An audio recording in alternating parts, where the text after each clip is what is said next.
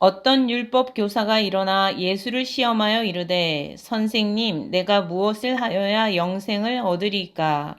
예수께서 이르시되 율법에 무엇이라 기록되었으며 내가 어떻게 읽느냐?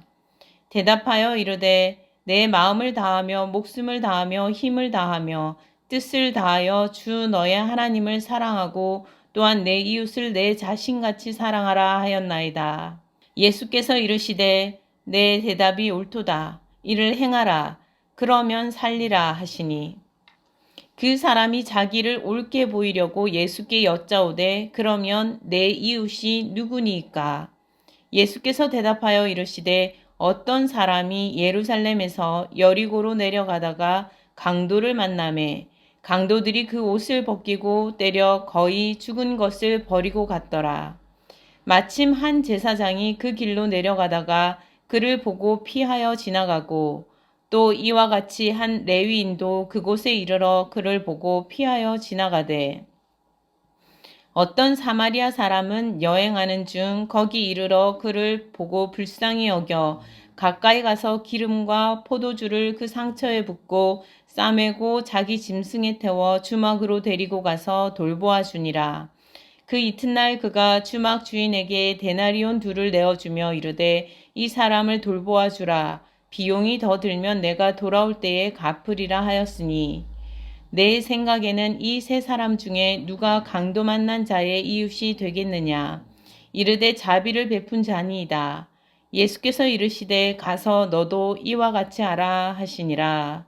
아멘. 한 율법 교사가 예수를 사람들 앞에서 테스트해 보기로 했습니다.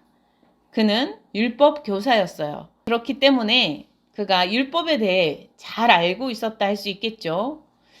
율법 구석구석 보고 읽고 듣고 외우고 구석구석 웬만한 곳은 모르는 곳이 없는, 그래서 율법을 아주 잘 알고 있다 자부할 만한 사람이었습니다. 이러한 율법 교사가 예수를 사람들 앞에서 테스트해 보겠다 마음 먹었으니 예수에게 가장 어렵고 또 누구도 답하기 곤란한 그럴만한 질문을 던지려고 했지 않을까요? 만약 예수가 제대로 답을 못한다면 하나님의 아들이라 자처하던 그 예수, 그리고 자신만이 또 자신이 계시를 받도록 허락한 이들만이 하나님을 안다고 말했던 그 예수의 코를 납작하게 만들어줄 수 있을 것이고, 그 답을 잘 알고 자기는 가르치기까지 하는 그런 사람이기 때문에 사람들에게 주목을 받는 기회가 될 수도 있었을 것입니다. 그러면 율법교사인 자신의 이름이 높아지겠죠. 사람들의 관심도가 높아질 것입니다. 그의 질문을 한번 살펴봅시다. 그가 예수께 던진 질문은 율법교사인 자신이 무엇을 하여야 영생을 얻게 되는가 였습니다.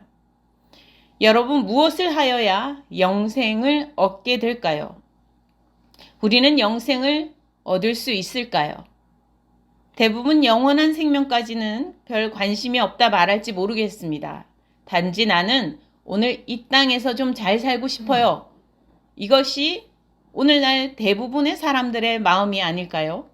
이 땅에서 내 눈으로 보고 몸으로 경험하는 세계, 그것이 전부일 수도 있고, 혹은 그것을 넘어서는 세계에 대한 확실한 근거를 얻지 못하기 때문에 우리가 그것이 있다고 한들 상상이 아니라고 말할 수 있을까요? 라고 생각할 수 있을 것입니다.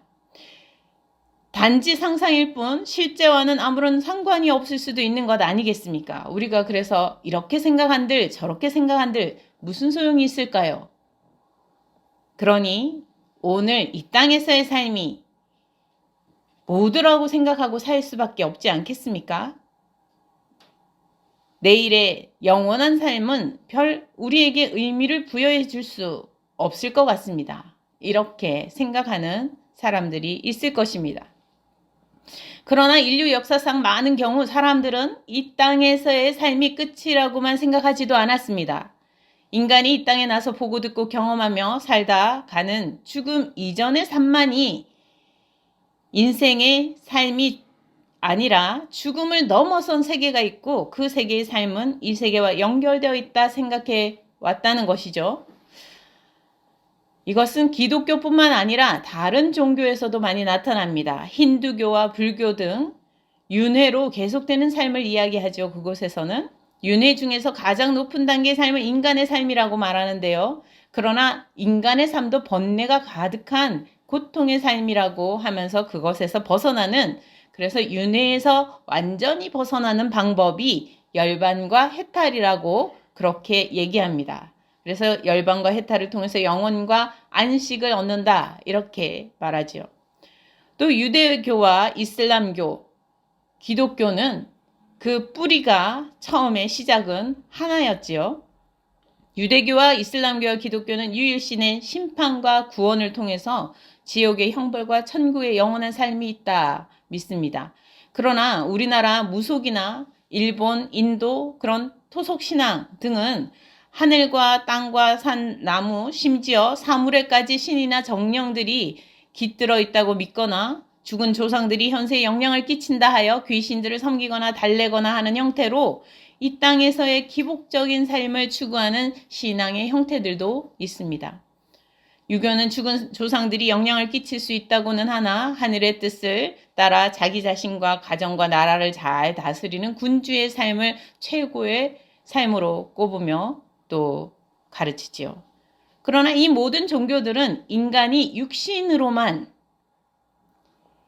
죽음 이전에 육신으로만 존재하는 그런 존재가 아니라고, 그렇게 끝나지만은 않는다고 생각하는 점에서는 동일하다 하겠습니다.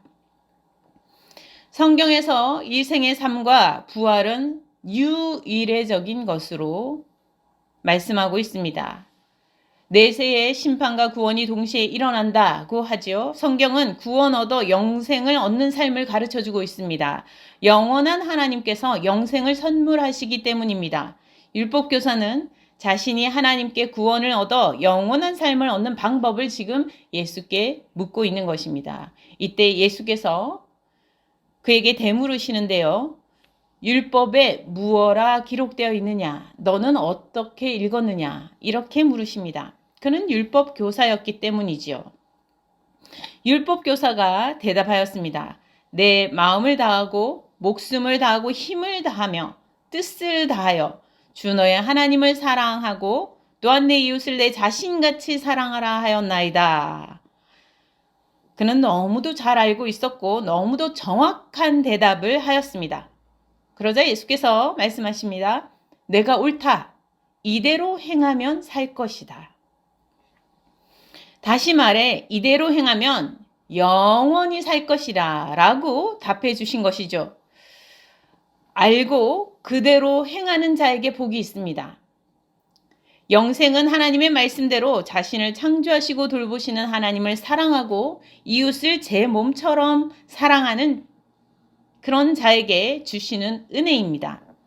그러나 하나님을 사랑하고 이웃을 사랑한다 하면서 사람들이 정말 놓치기 쉬운 부분이 있음을 오늘 예수님께서는 본문에서 가르쳐주고 계십니다.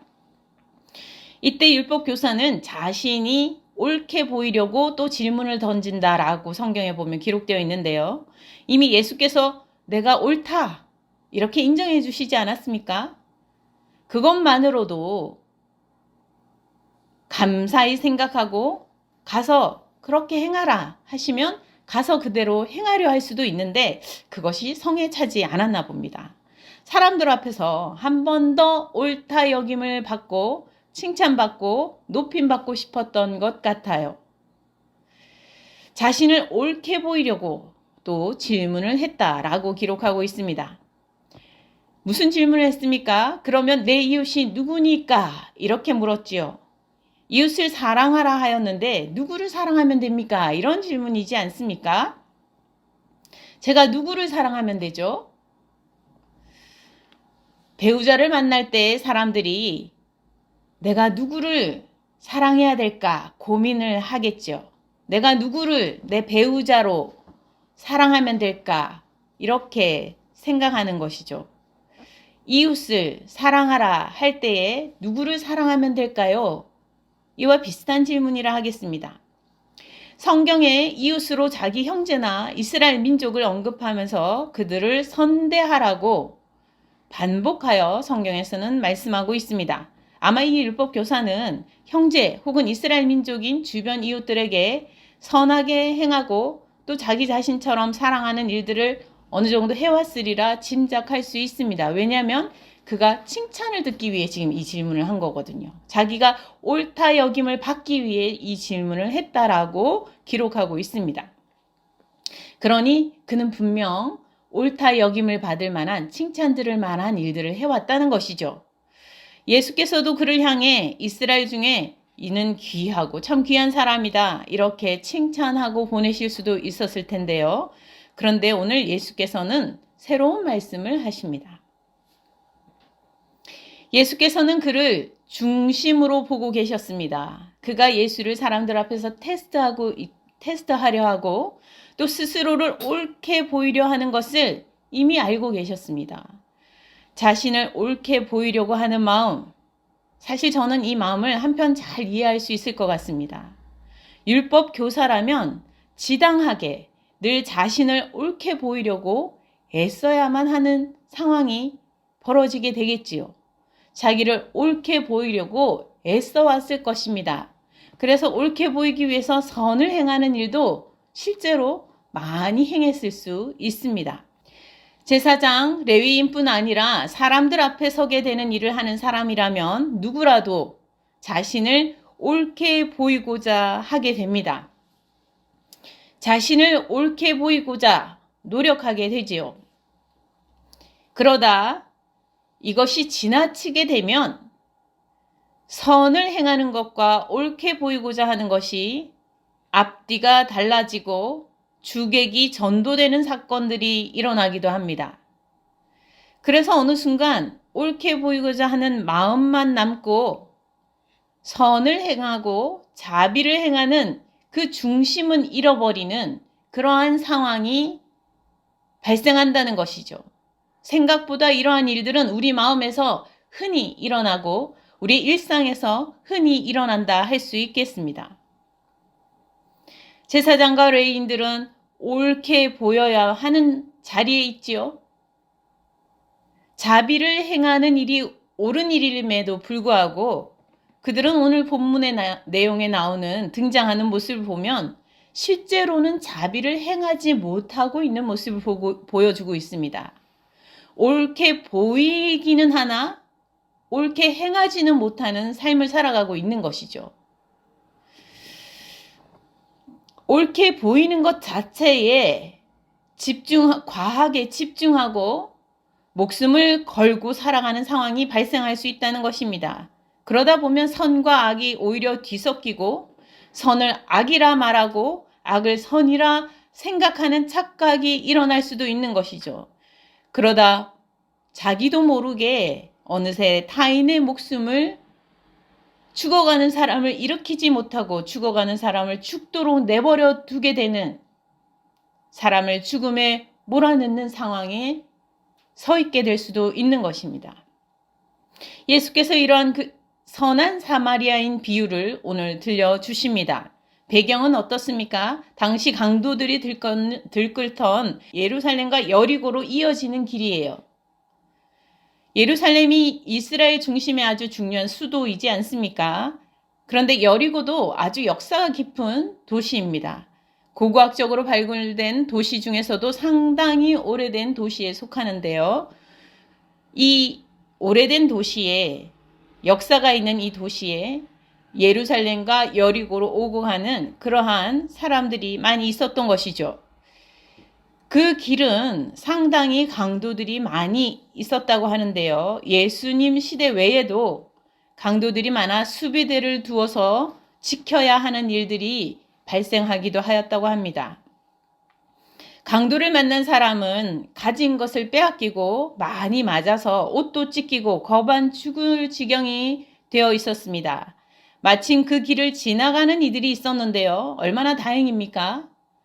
아무도 지나가지 못한다면 꼼짝없이 죽을 수밖에 없는 상황에 놓인 것이죠. 그런데 너무도 다행히 사람이 지나갑니다. 그것도 너무나 하나님의 거룩한 거룩한 제사장이 지나가는 거예요. 살려주세요. 살려주세요. 들릴 듯 말 듯한 목소리로 그는 최선을 다해서 부탁했을 것입니다. 그러나 이 제사장은 그냥 지나갔다. 보고 피하여 갔다. 이렇게 기록하고 있습니다. 두 번째, 다시 사람이 지나갑니다. 한 사람은 그냥 지나갔지만 얼마나 다행입니까? 또 사람이 지나갑니다. 이번에는 레위인이 지나가요. 얼마나 귀합니까? 하나님의 일에 앞장서는 레위인입니다. 그러니 이 사람은 도와주지 않을까요? 자기의 형제 한 민족, 동족이 이렇게 쓰러져 있는데 도와주지 않을까요? 그런데 오늘 본문에 보니 이 레위인도 보고 피하여 지나갔다. 이렇게 기록하고 있습니다. 이들이 피하지 않고 지나갈 수 없어서 피해야만 할 그 이유는 무엇이었을까요? 자신의 안위를 생각하지 않는다면 이들이 이 강도 만난 사람을 이렇게 세워주지 않을 그 이유가 무엇이 있었겠습니까? 너무도 안타깝게 두 사람은 지나가 버렸습니다. 그러나 다행히 세 번째 또 한 사람이 지나갑니다. 그런데 이 사람은 이스라엘 민족이 아니었어요. 사마리아인이 지나가고 있었습니다. 한 사마리아인이 지나가고 있었어요. 그는 여행길을 가고 있는 중이었기에 그는 뭔가 새로운 신기하고 즐겁고 그러한 것을 기대하며 여행을 하는 중에 있는 사람이었습니다. 그런데 아주 즐거운 여행을 기대하고 가는 이 사마리아인 눈앞에 처참한 광경이 놓여 있는 거예요.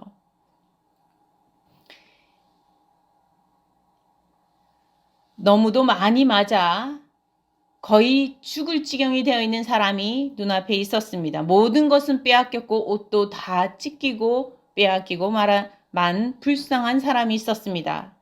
그에게는 양심이 살아 움직이고 있었습니다. 이 사마리아인의 심장은 이 어려움을 당한 사람을 향하여 뛰고 있었습니다. 그래서 그를 보고 불쌍히 여겼다. 이렇게 기록하고 있습니다. 그래서 그는 자신의 자신이 비상약으로 쓰려고 두었던 기름을 꺼내고 또 자신이 소중하게 간직하고 있던 포도주를 꺼내서 상처에 소독하고 그 상처를 싸매어 주었습니다. 또한 자신의 짐승에 자신이 타고 가야 할 먼 길을 가야 할 그 짐승에 그 사람을 태우고 주막으로 데리고 갔습니다. 그리고 그를 돌보아 주었습니다. 그리고 그는 다시 또 먼 길을 가야 하기에 이틀치 될 만한 돈을 그 주막의 주인에게 값을 치르고는 이 사람을 좀 돌봐주시오. 제가 다시 돌아오는 길에 만약에 모자라는 부분이 있으면 그 값을 제가 지불하여 드리겠습니다. 좀 잘 부탁드립니다. 건강하게 회복되게 좀 돌봐주세요. 라고 부탁을 하고 떠납니다. 약속을 하고 떠나지요. 세 사람이 지나갔는데 예수께서 다시 질문을 하십니다. 이 셋 중에 누가 강도 만난 사람의 이웃이 되겠느냐? 율법교사는 너무도 쉬운 대답이면서도 또 한편으로는 가볍지 않은 마음으로 대답하였습니다. 내 자비를 베푼 자니이다. 그러자 예수께서 말씀하십니다. 너도 가서 이와 같이 하라. 자신을 옳게 보이고자 하는데 관심이 있었던 그에게 예수께서 이웃을 사랑하는 것이 무엇인지, 이웃이 되는 것이 무엇인지 알려주신 것입니다. 율법을 잘 알고 하나님과 사람들 사이를 중재하는 거룩한 일을 맡은 귀한 제사장이라 하여도 또한 예배 의식을 도우며 자신의 분깃을 구하지 않고 이스라엘 형제들이 모아내는 것으로 생활하는 레위인이라 하여도 어려움을 만난 이를 보고서도 자비를 베풀지 못하는 이들은 이웃이 되지는 못하는 삶을 살고 있다는 것입니다. 그들에게는 이웃이 없는 것이죠. 오히려 하나님 앞에 합당하지 않다 여기던 사마리아인이었지만 그러한 사람이라도 불쌍히 어려움을 만난 이 강도를 만난 자를 불쌍히 여기며 그 어려움에 처한 처지를 보고 피하여 가는 것이 아니라 자비를 베푸는, 그래서 그의 이웃이 되는 이러한 사람이 참된 이웃이라, 선한 이웃이라 말씀하여 주고 있습니다. 이스라엘인들에게 사마리아인은 죄인으로 멸시받던 자로, 쓰러진 자는 자신을 멸시하던 원수 같은 자였기 때문에 그냥 지나가고 싶은 마음이 자연스러울 수 있습니다. 그러나 그는 어려움을 만난 자를 외면하지 않았고 자비를 베푸는 큰 선행을 베푼 자였습니다. 영생은 어떻게 얻을 수 있습니까? 하나님을 사랑하고 이웃을 사랑하되 어려움을 만난 이가 누구라 할지라도, 자신을 원수처럼 여기는 자라 할지라도 외면하지 않고 다시 가까이 다가가 손을 내밀고 상처를 싸매줄 수 있는 그런 이웃이 되어주는 삶이 되어야 한다는 것입니다. 그러한 이웃이 되어주는 이가 영생을 얻을 수 있다라고 말씀하고 있습니다. 하나님을 사랑하고 이웃을 사랑하라는 이 계명은 오늘 본문 말씀 외에도 마태복음 22장, 마가복음 12장에 우리가 꼭 지켜야 될 가장 큰 계명이 무엇입니까? 라는 그 질문에 대해서 언급하고 있는 계명이기도 합니다. 믿음의 사람들이 가장 크게 귀하게 여기고 지켜야 할 계명이 바로 하나님을 사랑하고 이웃을 사랑하는 것이죠. 그런데 마태복음 19장, 마가복음 10장, 누가복음 18장에는 또 어떤 한 사람이 등장하여 예수를 선하다고 하면서 자신이 어떤 선한 일을 하여야 영생을 얻을 수 있을지 질문하는 장면이 있습니다. 오늘 본문과 거의 비슷한 질문이라고도 할 수 있어요. 예수께서는 계명에 나오는 일들이 선한 일들이니 그렇게 하라고 하십니다. 그랬더니 그가 저는 모든 계명을 어려서부터 잘 지키고 지내왔습니다. 그런데 부족한 것이 무엇입니까? 라고 질문합니다. 그러자 예수께서 다시 말씀하시죠. 가서 너의 소유를 팔아 가난한 자에게 나누어 주라. 그러면 그렇게 말씀하셨어요. 그러나 그는 그 말씀을 듣고 말씀을 결국 따르지 못하고 슬퍼하며 근심하며 돌아가는 모습을 볼 수 있습니다. 결국 재물을 사람보다 중히 여기며 사는 삶은 영생의 삶을 버리고 떠나는 삶과 같다는 것입니다. 영생을 얻기 위해 할 일이 무엇인지 질문할 때에 예수께서는 하나님을 더 사랑해라 라고 이르시기보다는 당장 어려움을 만난 사람의 이웃이 되고 친구가 되라고 명하시는 것입니다. 역사 속에서 왕들은 자신이 신의 뜻을 수행하는 자, 또 신의 대리인으로 선언하면서 오랫동안 사람들이 자신의 권력에 복종하도록 해왔습니다. 성경에 보면 애굽으로 이렇게 기록되어 있던 이집트뿐만 아니라 바빌론, 로마, 중국, 일본, 또 우리나라 고조선 등에서도 그 역사 이야기에 보면 우리는 왕이 신 혹은 신의 아들로 등장하지 않습니까? 대부분은 신이나 신의 아들이라는 이름으로 절대 권력을 휘두르고 수많은 사람들의 생과 사 위에 군림하여서 생명을 함부로 대하는 일들이 많이 벌어진 것이 사실입니다. 그래서 하나님께서는 왕 세우기를 기뻐하시지 않으셨죠. 심지어 하나님께서 기름 부어 세운 왕이라 하여도 하나님의 뜻을 잘 대리하기만 하지 않았습니다. 하나님을 기쁘시게 하는 자로 평생 살지 못하였습니다. 악을 행하는 일들이 허다하였습니다. 인간은 누구나 타락할 수 있고 범죄할 수 있는 것입니다. 제사장과 레위인이라 하여도 하나님의 뜻을 거스를 수 있는 것입니다. 잠시 이 땅에서 세상의 권력을 휘두르는 왕이라 하여 영생을 얻는 것이 아니라는 것이죠. 이집트의 왕들이 영생을 위해 그 시신을 미이라로 보존해 두었다 하여도 그들에게 영생이 보장되는 것이 아니라는 것이죠. 또 하나님과 사람들의 중재 역할을 하는 제사장이나 레위라 하여도 영생이 보장되는 것은 아니라는 것입니다. 영생은 하나님께서 명하신 대로 이웃이 되는 삶을, 그래서 가장 인간다운 삶을 사는 사람에게 주어지는 복이라는 거예요. 여러분, 무엇을 하여야 영생을 얻을 수 있을까요? 어찌 보면 누구나 인정할 만한 이 땅에서 잘 사는 삶에 관심을 가지는 것이 더 중요하지 않나 생각할 수 있겠지요. 무속이 추구하는 기복적인 삶이 더 현실적이라 생각할 수도 있습니다. 그래서 첨단 사회가 되어감에도 불구하고 이러한 현대인들의 심리를 파고들어서 무속이 더욱 활개를 치고 있는 것이 아닌가 싶습니다. 우리나라는 조선 세종 때의 불교와 무속이 정치나 민심에 영향을 미치지 못하도록 도성에서 내보내게 되었습니다. 그러나 21세기인 오늘날도 우리나라에 여전히 무속이나 사이비 종교들이 정치 권력 중심 가까이에 모여들고 있고 인터넷 댓글 공작으로 여론몰이 등도 하지 않습니까? 권력자들은 이들을 통해 자신의 기복적 삶을 추구하며 국민의 안위보다는 자신들의 이득을 도모하며 나라를 어지럽히는 일들이 있습니다. 참 안타까운 일이 아닐 수 없습니다. 그러나 우리는 말씀을 통해 분명히 압니다. 아니, 일반 사람들도 역사를 통해 보면 알 수 있습니다. 지혜가 있다면 동화책의 여러 교훈들을 통하여서도 어린아이라 하여도 알 수 있습니다. 그들의 권력은 영원하지 않다는 것을요. 영원한 삶의 선물은 누구에게 주어집니까? 오늘 말씀을 기억하시기 바랍니다. 이웃이 되는 자입니다.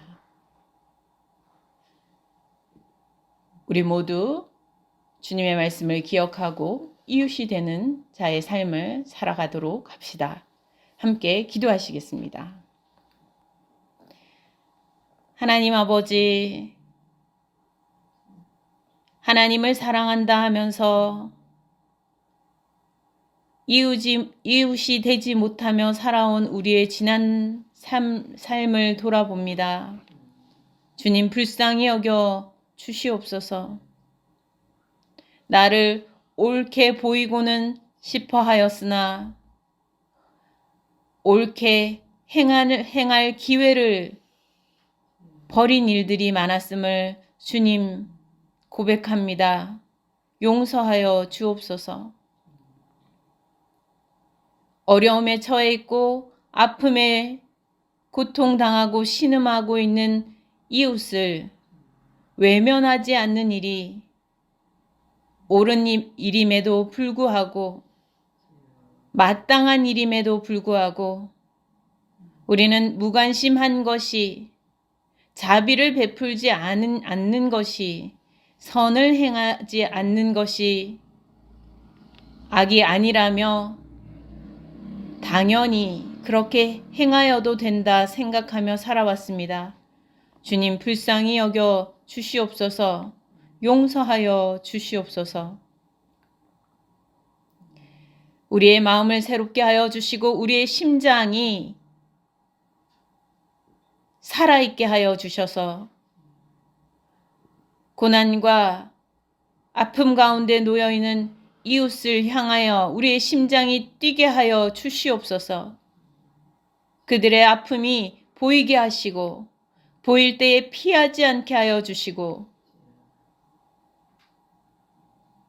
스스로 자원함으로 기꺼이 선을 행하며 자비를 행할 수 있도록 은혜를 베풀어 주옵소서. 우리가 외면하는 사이에 누군가는 쓰러지고 무관심 속에 죽어갈 수 있다는 것을 기억하게 하여 주옵소서. 하나님, 믿음의 사람들이 선한 이웃이 되게 하여 주옵소서.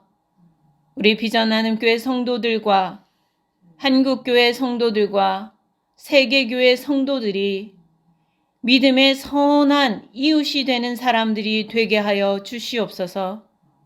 그리하여 곳곳에서 쓰러진 이들을 일으켜 세우는 역사들이 일어나게 하여 주시옵시고 죽어가던 심령들이 되살아나는 역사가 있게 하여 주시옵소서.